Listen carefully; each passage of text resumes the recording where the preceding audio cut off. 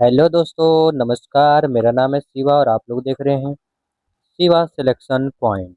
दोस्तों, आप लोगों का हमारे इस छोटे से सेशन में तहे दिल से स्वागत है। जैसा कि दोस्तों, आज मैं आपको जो पढ़ाने वाला हूं, तो दोस्तों मैं प्रैक्टिस सेट के रूप में लेकर के आया हूं हिंदी को आप previous year question SSC GD, ताकि दोस्तों आपको भी पता चले कि एसएससी जीडी डी का जो पेपर हुआ था 2026 में, वह कैसा क्वेश्चन पूछा था। ठीक है। और यदि आप लोग नए हैं तो आप लोग हमारे चैनल को लाइक, सब्सक्राइब, शेयर और कमेंट करिएगा दोस्तों। और हम इस वीडियो को एक फीडबैक के रूप में भी कमेंट करिएगा, हमारे वीडियो के बारे में बताइएगा। ठीक है। तो आपसे एक छोटी सी और रिक्वेस्ट है दोस्तों कि मैं अपने इसी चैनल पर थ्योरी की भी क्लास करवाता हूं दोस्तों। यदि आपको हमारा सेशन पसंद आए तो आप लोग हमारा थ्योरी की क्लास कर सकते हैं। थ्योरी में मैं आपको पढ़ाता हूँ मैथ, रीजनिंग और हिंदी की क्लास। ठीक है। इस समय जो है दोस्तों, हमारी मैथ की और हिंदी की क्लास थ्योरी के रूप में चल रही है। ठीक है। और मैं उसका हर एक क्लास का जो है प्लेलिस्ट भी बनवा दूंगा दोस्तों। आपको जो है उसमें से सब कुछ प्राप्त हो जाएगा। ठीक है। आप जिस भी सेशन को चाहेंगे उस सेशन को जाकर देख सकते हैं। ठीक है। वीडियो मिक्स आपको नहीं मिलेगा। ठीक। तो चलिए मैं शुरू करता हूँ अपनी सेशन को। चलिए, SSC GD Hindi practice set previous year 2026 का है, लेकिन आप लोग 27 में पेपर देने वाले हैं। तो इसी प्रकार से जो है आपको क्वेश्चंस देखने के लिए मिलेगा। और देखिए इसमें क्या है, 20 जो है इसमें हिंदी जो है प्रैक्टिस सेट जो है 20 क्वेश्चंस का है। आपको एक क्वेश्चन पर मिनट में सॉल्व करना है। ठीक है दोस्तों। चलिए, तो अब आपकी स्क्रीन पर हमारा आ गया अगला क्वेश्चन यह रहा। चलिए, आपको पता है निम्न में शुद्ध शब्द कौन सा है? शाबाश है, या फिर शबाश है, फिर शाबाश है, या फिर शबाश है? आपको बताना है इन चारों ऑप्शन में से आपका कौन सा ऑप्शन बिल्कुल राइट है। चलिए, आपको बताना है कि जो आपका ऑप्शन है इन चारों ऑप्शन में से कौन सा ऑप्शन बिल्कुल राइट है, आपको बताना है। आपके पास दोस्तों चार ऑप्शन हैं। पहला ऑप्शन कौन सा है? शाबाश। दूसरा शबाश। तीसरा शाबाश। चौथा जो है शबाश है। ठीक। आपको एक क्वेश्चन पर सेकंड में जो है, सॉरी, पर क्वेश्चन पर मिनट में सॉल्व करना है। ठीक है। 20 क्वेश्चन 20 मिनट में दोस्तों मैं सॉल्व करवाऊंगा। ठीक। जो विश्लेषण लायक क्वेश्चन होगा मैं उसे विश्लेषण भी कर दूंगा। ठीक है। तो चलिए देखिए, इसका जो है शुद्ध ऑप्शन है हमारा पहला ऑप्शन नंबर ए, शाबाश। ठीक है। चलिए, अब आपकी स्क्रीन पर हमारा दूसरा क्वेश्चन आने वाला है दोस्तों। यह रहा आपकी स्क्रीन पर हमारा दूसरा क्वेश्चन। तो आप लोग यदि इसको आंसर देना चाहते हैं दोस्तों, आप लोग कमेंट में जो है इसका आंसर कर सकते हैं। ठीक है।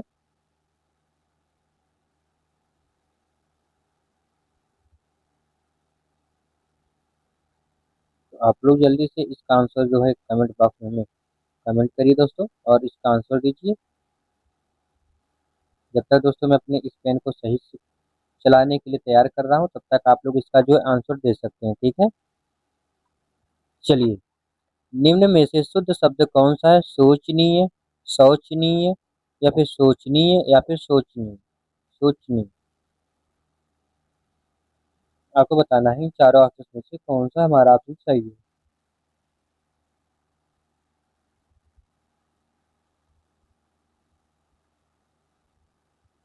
आपके पास चार ऑप्शन हैं।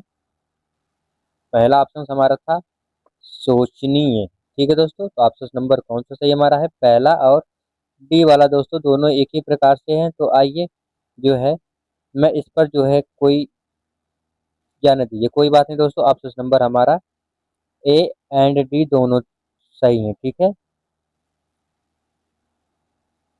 चलिए, अब मैं जो है केवल पेन का ही प्रयोग करूंगा, क्योंकि दोस्तों अगर मान लीजिए हमें कुछ लिखना हो तो इसको फिर हटाना पड़ेगा, तो आपका समय नष्ट होगा। तो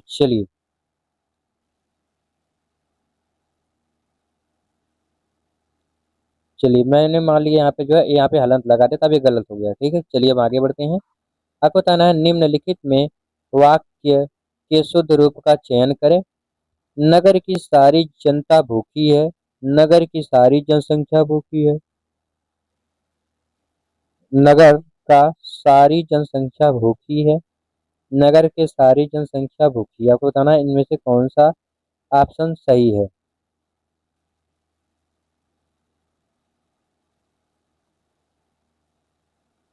आपको बताना है इन चारों ऑप्शन में से कौन सा ऑप्शन सही है दोस्तों, बिल्कुल आपको बताना है। तो आइए मैं इसका जो है आपको आंसर दे देता हूँ दोस्तों। इसका आंसर है नगर की सारी जनसंख्या भूखी है। ऑप्शन नंबर ए हमारा जो है बिल्कुल राइट है। ठीक है, चलिए अब हम आगे चलते हैं। अब आपको बताना है निम्नलिखित में से कौन सा अदालती बयान का सही तकनीकी शब्द है। आपको बताना है इन चारों ऑप्शन में से कौन सा हमारा सही है। ठीक है,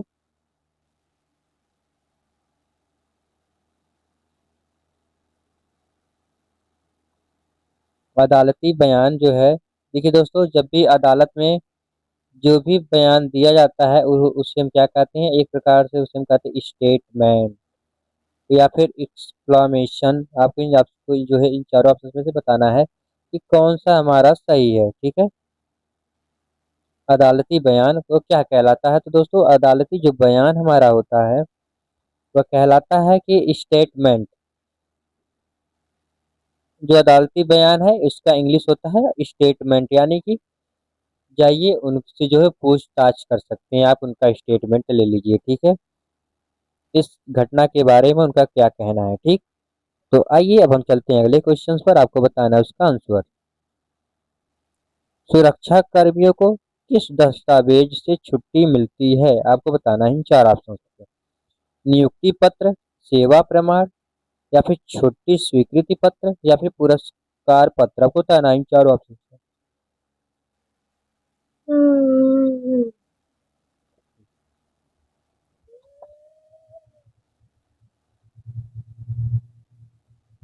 चलिए, तो सुरक्षा कर्मियों को किस दस्तावेज से छुट्टी मिलती है। नियुक्ति पत्र से, सेवा पत्र से, पुरस्कार पत्र, या फिर छुट्टी स्वीकृत पत्र। देखिए भैया, नियुक्ति पत्र क्या होता है दोस्तों, जब आपने पेपर पास कर लिया है और जो है जब आप रनिंग वगैरह सब कुछ पास कर लिए हैं, जब आपको मेरिट लिस्ट में नाम आ जाता है, फिर आपके घर पर पुलिस के द्वारा एक नियुक्ति पत्र भेजा जाता है, उसे नियुक्ति पत्र कहते हैं। ना ही हमारा ऑप्शन है।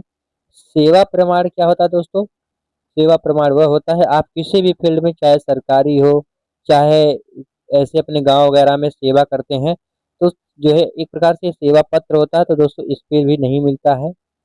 पुरस्कार पत्र क्या होता है दोस्तों, यदि आपने कोई अच्छा सा काम कर दिया या फिर सेना में है, तो यदि आपने किसी जो है मिशन को अच्छे से अंजाम दिया तो आपको उसका पुरस्कार मिलता है, तो ये भी नहीं होगा दोस्तों। देखिए, हमें पूछा है कि सुरक्षा कर्मियों को दस्तावेज से छुट्टी मिलती है, तो दोस्तों छुट्टी पाने के लिए हमें किस चीज़ की आवश्यकता होती है, तो छुट्टी स्वीकृति पत्र।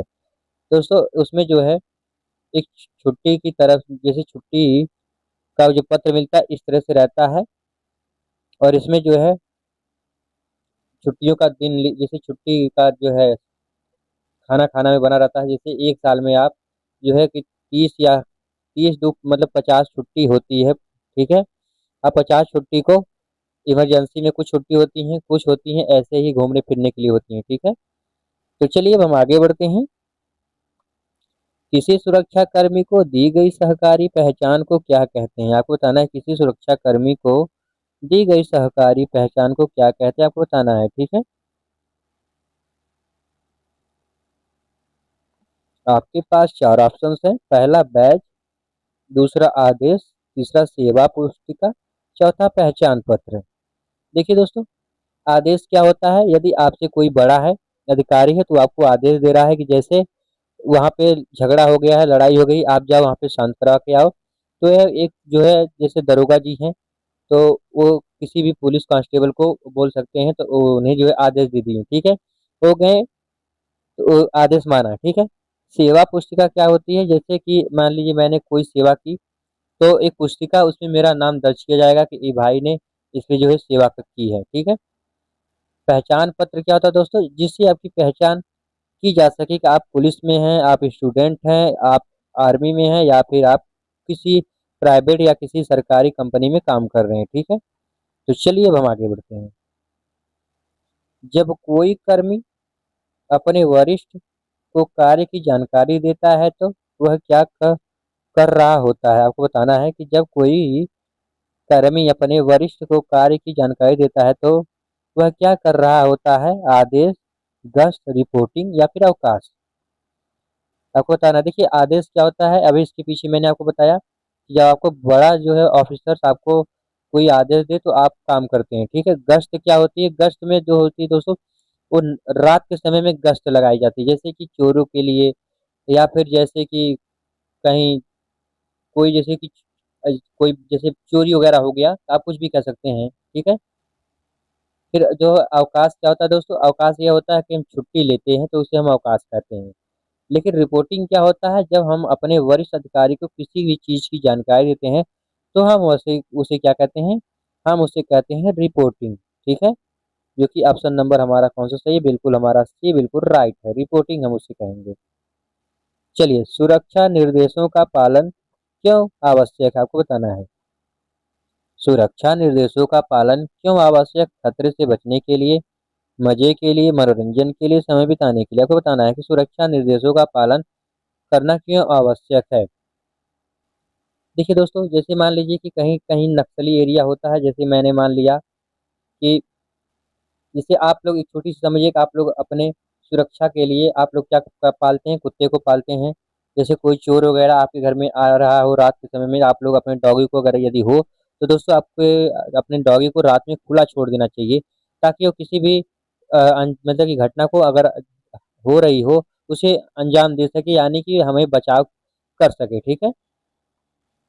और सुरक्षा निर्देशों का पालन करना हमें क्यों आवश्यक है दोस्तों, तो समय बिताने के लिए नहीं होगा, मनोरंजन के लिए नहीं होगा, मजे के लिए भी नहीं होगा, तो होगा किसके लिए, खतरे से बचने के लिए, जो कि ऑप्शन नंबर ए हमारा बिल्कुल राइट है, ठीक है। चलिए हम आगे बढ़ते हैं। सक्रिय निगरानी का तात्पर्य क्या है, आराम करना, टीवी देखना, सो जाना, लगातार निगरानी करना। सक्रिय निगरानी क्या होता है, सक्रिय निगरानी क्या होता है, जैसे दोस्तों मैंने मान लिया कि खुफिया एजेंसी, जैसे कि खुफिया एजेंसी के द्वारा मुझे कोई जानकारी मिली कि यहाँ पे आरडीएक्स यानी कि बम रखा गया है, ठीक है। और मैंने जो है रखा गया है, लेकिन फिर दोबारा हमें जानकारी मिलती है कि रखा नहीं गया है, रखा जाने वाला है। तो हम जो है अपने चारों तरफ को पुलिस को जो है भेज देंगे, और जहाँ पे बम रखने की जानकारी दी गई है हमें अपने उस एरिया में हर जगह जो है पुलिस को जो है, चाहे वर्दी में चाहे अनवर्दी में, हम उसे लगा देंगे, ताकि कि जो बम रखने वाला हो वो भाग ना पाए रखकर बम को, ठीक है। ताकि बम रखने वाला भी पकड़ा जाए और बम को हम डिफ्यूज भी कर सकें, ठीक है। तो सक्रिय निगरानी क्या होती है, किसी भी चीज पर हम लगातार या फिर किसी आदमी पर हम लगातार निगरानी रख रहे हैं, ताकि वो कोई गलत काम न कर पाए, या कर रहा हो तो हम उसे पकड़ सके, ठीक है। तो चलिए, तो ऑप्शन नंबर हमारा डी होता है, लगातार निगरानी रखना, ठीक। चलिए अब हम आगे चलते हैं। अवरोधक, बैरिकेड का प्रयोग कब किया जाता है, खेल प्रतियोगिता के लिए, रास्ता रोकने या दिशा निर्देश के लिए, समारोह में, प्रकाश बढ़ाने के लिए। आपको बताना अवरोधक, बैरिकेड, ठीक है, आपको बताना है।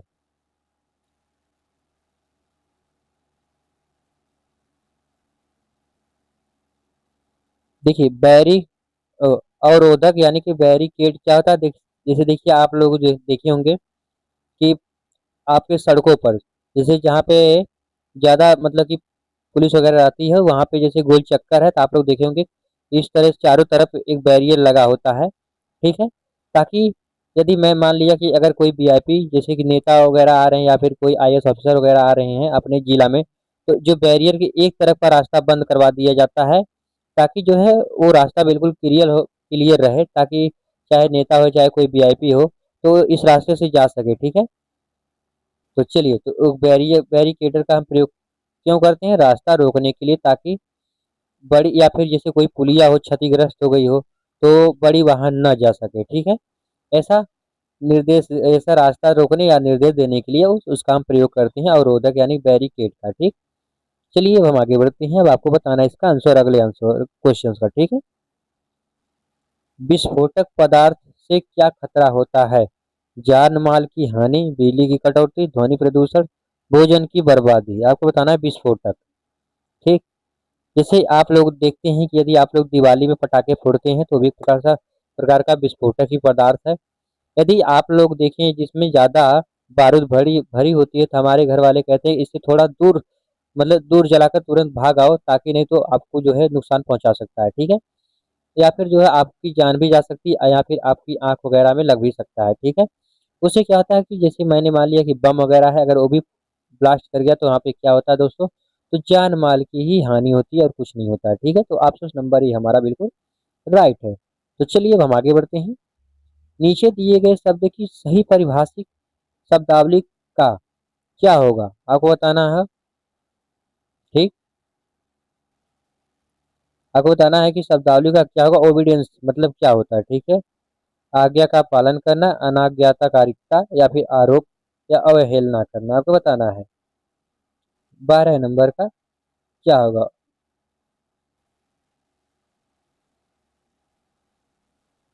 ओबीडियंस मतलब क्या होता है दोस्तों, जानकारी एकत्रित करना, ठीक है। यानी कि आपको कोई किसी ने आज्ञा दिया तो आपने ऑर्डिनेंस को जो है, ओबीडियंस को जो है आपने माना, ठीक है। तो उससे हम क्या कहेंगे, आज्ञा का पालन करेंगे, ठीक। तो चलिए अब इसके लिए हम आगे चलते हैं अपने अगले क्वेश्चन पर। आपको बताना है इसका आंसर क्या होगा।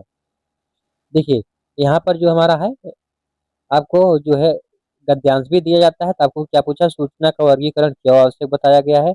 आंतरिक सुरक्षा में सूचना का वर्गीकरण अत्यंत आवश्यक होता है। सभी सूचनाएं समान महत्व की नहीं होती, इसलिए उनकी प्रकृति और विश्वसनीयता के आधार पर अलग अलग स्तर तय किए जाते हैं।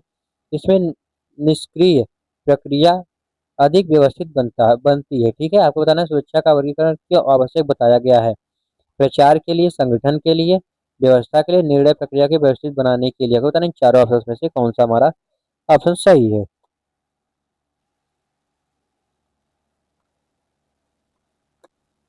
तो आइए मैं इसका जो आपको आंसर बताता हूँ दोस्तों। देखिए ना तो प्रचार के लिए होगा। देखिए निर्णय निर्णय जो है प्रक्रिया को व्यवस्थित बनाने के लिए जो सूचना का वर्गीकरण आवश्यक बताया गया है, ठीक है। जो कि ऑप्शन नंबर हमारा डी बिल्कुल राइट है। चलिए अब आपके अगले स्क्रीन पर देखिए दोस्तों, हमारा जो है एसएससी जीडी हिंदी का प्रैक्टिस सेट तो चल ही रहा है, ठीक है। और जो है मैं अब आगे बढ़ता हूँ दोस्तों। देखिए एक मोटिवेशन भी लिखा है कि आज की मेहनत कल की वर्दी, रुकना नहीं चैन तक लड़ना है, ठीक है। तो चलिए अब आगे बढ़ते हैं। आपको बताना आंतरिक सुरक्षा में सूचनाओं को किन आधारों पर वर्गीकृत किया जाता है। आपको बताना है कि आंतरिक सुरक्षा इसमें बताइए। आपको देखिए क्वेश्चन आपको दिया गया है, सूचनाओं को किन आधारों पर वर्गीकृत किया जाता है। आपको बताना है मात्रा और आकार या फिर प्रकृति और विश्वसनीयता, समय और स्थान या फिर स्रोत और भाषा। आपको बताना इन चार ऑप्शन में से कौन सा हमारा बिल्कुल राइट है। सूचनाओं को किन आधारों पर वर्गीकृत किया जाता है, तो ऑप्शन नंबर हमारा कौन सा है, आपको सही बताना है।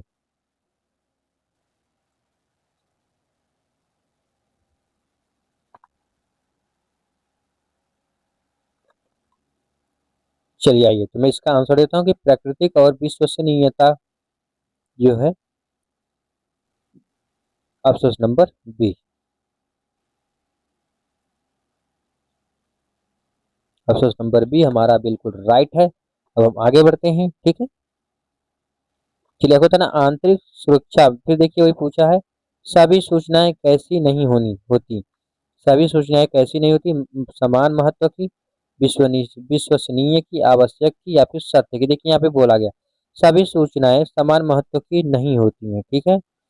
अब बताना है कि समान महत्व की नहीं होती है या फिर विश्वसनीय की या फिर सत्य या फिर आवश्यक। आपको बताना है इन चार ऑप्शन में से कौन सा हमारा बिल्कुल सही है। इसका जो होता है समान महत्व की, ठीक है, समान महत्व की नहीं होती है। देखिए यहाँ पे बोला क्या है, सभी सूचनाएं समान महत्व की नहीं है, ठीक है। अब चलिए हम आगे जो है अगले आपकी जो है प्रश्न पर चलते हैं। आपको पता है आंतरिक सुरक्षा, देखिए वर्गीकरण से निर्णय प्रक्रिया कैसी बनती है। आपको बताना है कि वर्गीकरण से निर्णय प्रक्रिया कैसी बनती है, जटिल, धीमी, व्यवस्थित या फिर कठोर। आपको बताना है इन चार ऑप्शन में से हमारा कौन सा बिल्कुल राइट है। वर्गीकरण से निर्णय प्रक्रिया कैसी बनती है, जटिल, धीमी या व्यवस्थित या फिर कठोर। आपके पास चार ऑप्शन है।